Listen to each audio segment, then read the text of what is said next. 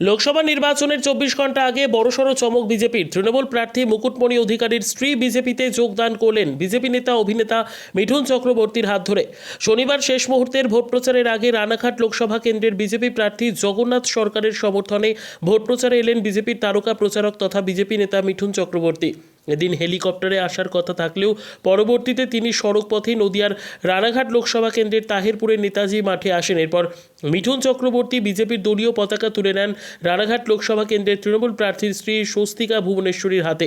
যদিও কিছুদিন আগে মুকুটমণি অধিকারীর সঙ্গে বিবাহ বিচ্ছেদের একটি কথা উঠে আসে এবং সূত্র মারফত জানা যায় সেই বিবাহ বিচ্ছেদের মামলা চলছে। এখনও পর্যন্ত খাতায় কলমে তৃণমূল প্রার্থী মুকুটমণি অধিকারীর স্ত্রী স্বস্তিকা ভুবনেশ্বরী। তাই ভোটের আগে তৃণমূল প্রার্থীর স্ত্রীকে বিজেপিতে যোগদান করিয়ে এক বড়সড় চমক আনল বিজেপি। এদিন মঞ্চ থেকে স্বস্তিকা ভুবনেশ্বরী জানান তিনি সজ্ঞানে এবং নিজের ইচ্ছেতেই বিজেপিতে যোগদান করেছেন।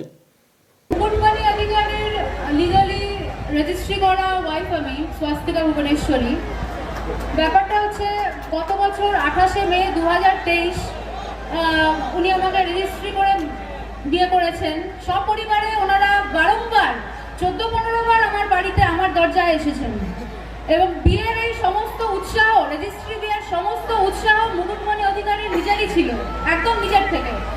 সেসব সমস্ত অবভিয়াসলি এফআইআর, তারপরে ক্যালকাটা হাইকোর্টের মাধ্যমে রিট পিটিশনের চার্জশিট সব জাস্টিসরা জানেন। ওনার পাঠানো টেক্সট মেসেজ, এবং আমি বিদেশে ছিলাম বাইরে, ওখানে বিদেশ থেকে আমি ডেনমার্কে ছিলাম কোপেনহেগেনে, ওখান থেকে আমাকে জোর করে বারংবার মেসেজ পাঠিয়ে আনিয়ে চার্জ হিস্ট্রিতে তা প্রমাণিত হয়, যেগুলো অ্যানেক্স করা আছে হাইকোর্টের রিট পিটিশনে চার্জশিটে। তো ব্যাপারটা হচ্ছে যে আমাকে জোর করে আনিয়ে ওনারাই আমার দরজায় বারংবার আসে এই বিয়েটা করার জন্য। উনি বিয়ের ব্যাপারে মুকুটমণি অধিকারীরই মারাত্মক উৎসাহ ছিল এবং ওনার পরিবারের। তো তারপরে রেজিস্ট্রি ম্যারেজ হওয়ার পরে 28শে মে 2023 উনি রেজিস্ট্রি ম্যারেজ হয়ে গেল এবং সেই যে চলে গেলেন ছেড়ে, সেই যে চলে গেলেন বাস একেবারেই লাপাতা, বেপাত্তা। এবারে সেটাই তো আপনারা মুকুটমণি অধিকারী এবং তার পরিবার আমাকে এবং আমার মাকে, আমার তো বাবা নেই, ভাই বোনও নেই, আমি আর আমার মা একলাই, হ্যাঁ, তো আমাদেরকে পুরোপুরি ঠকিয়েছে। আমার এই খুবই বিনম্র অনুরোধ যে আপনারা কেউ মুকুটমণি অধিকারীকে দয়া করে কোনো ভোট দেবেন না, আমার এই একদমই ভোট দেবেন না। তাহলে আপনাদেরও কিন্তু ঠকতে হবে, আমারই মতন ঠকতে হবে, ঠিক এরকম ভাবেই ঠকতে হবে। আর আপনারা আমাদের এই জনদরদি, মানব দরদি আমার এই আঙ্কেল জগন্নাথ সরকার আঙ্কেল, এনাকে বিপুল ভোটে পদ্মফুল চিহ্নে ভোট দিয়ে আপনারা বিপুল ভোটে জয়যুক্ত করুন, বিপুল ব্যবধানে।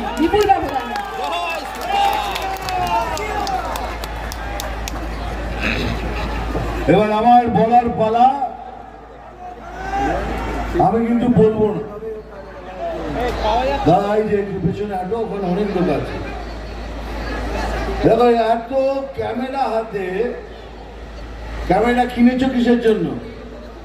কাউকে তো দেখিনি কথা বলতে, এখন থেকে এলাম সব নিকে দৌড়ে আছে।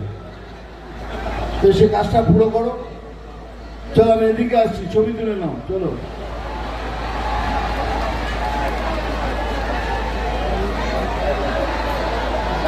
ছবি তোল হয়ে গেছে, তোমরা তোলো, এলাও তোমরা তুলে নাও।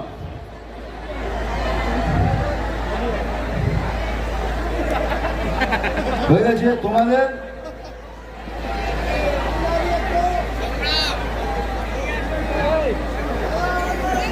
চলো তোমরা তোলো ছবি, হয়ে গেছে, তোমরা চলো, ঠিক আছে, তোমরা তোলো, যা পানি পড়ে যাও। এই ঠিক যখনই আমি স্টেজে উঠবো, আমার কানের কাছে দিয়ে ফুসফুস করে বলবে, দাদা চশমাটা খোলো, কিন্তু আমি খুলব না। তার কারণ একটাই, এই যে দাঁড়িয়ে দেখেছো নিচে, এরম গোছা ফুল নিয়ে আমার চোখে মেরেছে, আমার চোখ ফুলে গেছে, আর এই জন্য আমি চশমাটা পরি। চশমা খুলবো না। আমি জানি ভাই আমার চোখটা খুব সুন্দর, আমি জানি।